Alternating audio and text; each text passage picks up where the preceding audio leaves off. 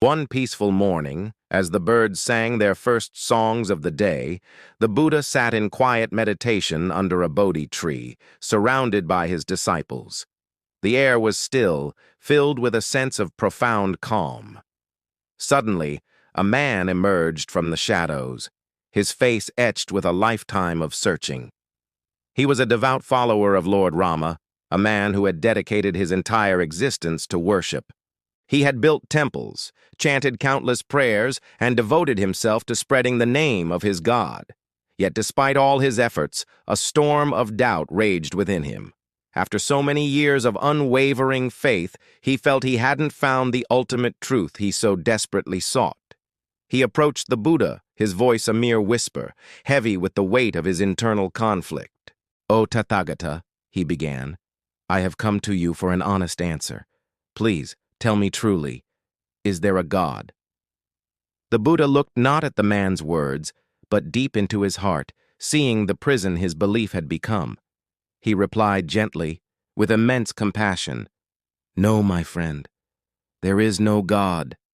The man was shattered. The very foundation of his life, everything he had ever believed in, had just been denied by the enlightened one.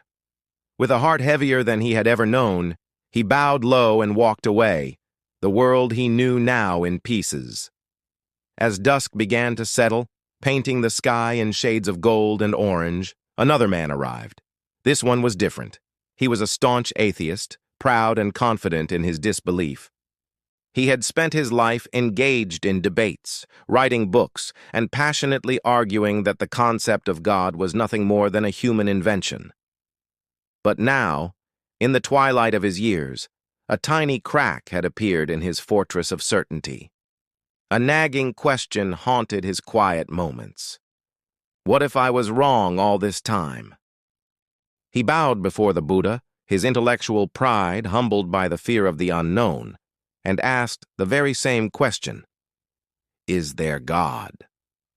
The Buddha smiled, a soft, knowing smile, and replied with equal gentleness, "Yes, my friend, there is God." The atheist was stunned.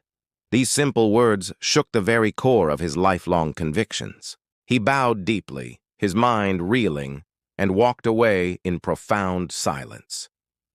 Later that night, long after the moon had risen, one of Buddha's closest disciples, Ananda, who had witnessed both encounters, found he could not sleep. His mind was a whirlwind of confusion. He approached the Buddha, who was still meditating under the stars. "Lord," Ananda said, his voice troubled, "I cannot rest.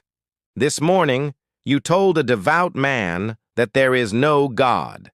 This evening, you told an atheist that there is God. Both cannot be true. Please, which answer is the correct one?" The Buddha opened his eyes and smiled at his dear disciple. "Ananda," he said calmly, "the answers I gave were not about my truth. They were about helping each man begin his own search for it." He elaborated, "The first man, the devotee, was already a believer. His faith was so strong, so absolute, that it had become a cage. He was trapped in his own conclusions without ever truly seeking. By saying no, I intended to shatter that cage, to shake him from his dogmatic slumber and awaken the spirit of genuine inquiry within him. He needed to doubt to truly begin his journey." "And the second man," Buddha continued, "the atheist, he was also trapped. He believed so strongly in nothing that his heart had become closed, barren. His disbelief was as rigid a prison as the other man's belief. By saying yes, I offered him a possibility, a crack of light in his dark room of denial. I wanted to open a door for him, to plant a seed of wonder so his own search could begin." Buddha's eyes seemed to glow softly in the moonlight as he shared the deeper lesson. Truth, Ananda, cannot be handed over like a coin. It cannot be contained in a simple yes or no. It must be realized, experienced directly, through your own journey inward. He looked at his disciple with great affection. The believer must learn to question. The non-believer must learn to feel. Both must stop arguing with the world and start listening to themselves. Belief and disbelief are just two sides of the same coin of the unknowing mind.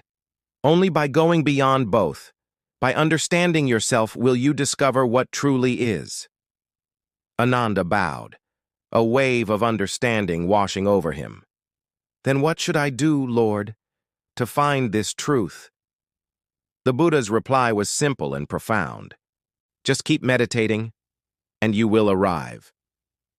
In our own lives, we often find ourselves trapped in the same way, some by blind faith, others by blind denial. We cling to answers given to us by others, forgetting that the real journey is an internal one.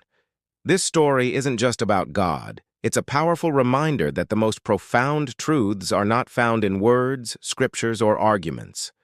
They are discovered in the deep, unwavering silence within our own hearts. Thank you for joining us on this journey into wisdom. If this story resonated with you, please like, share, and subscribe to our channel for more content that inspires the soul. Until next time, keep seeking.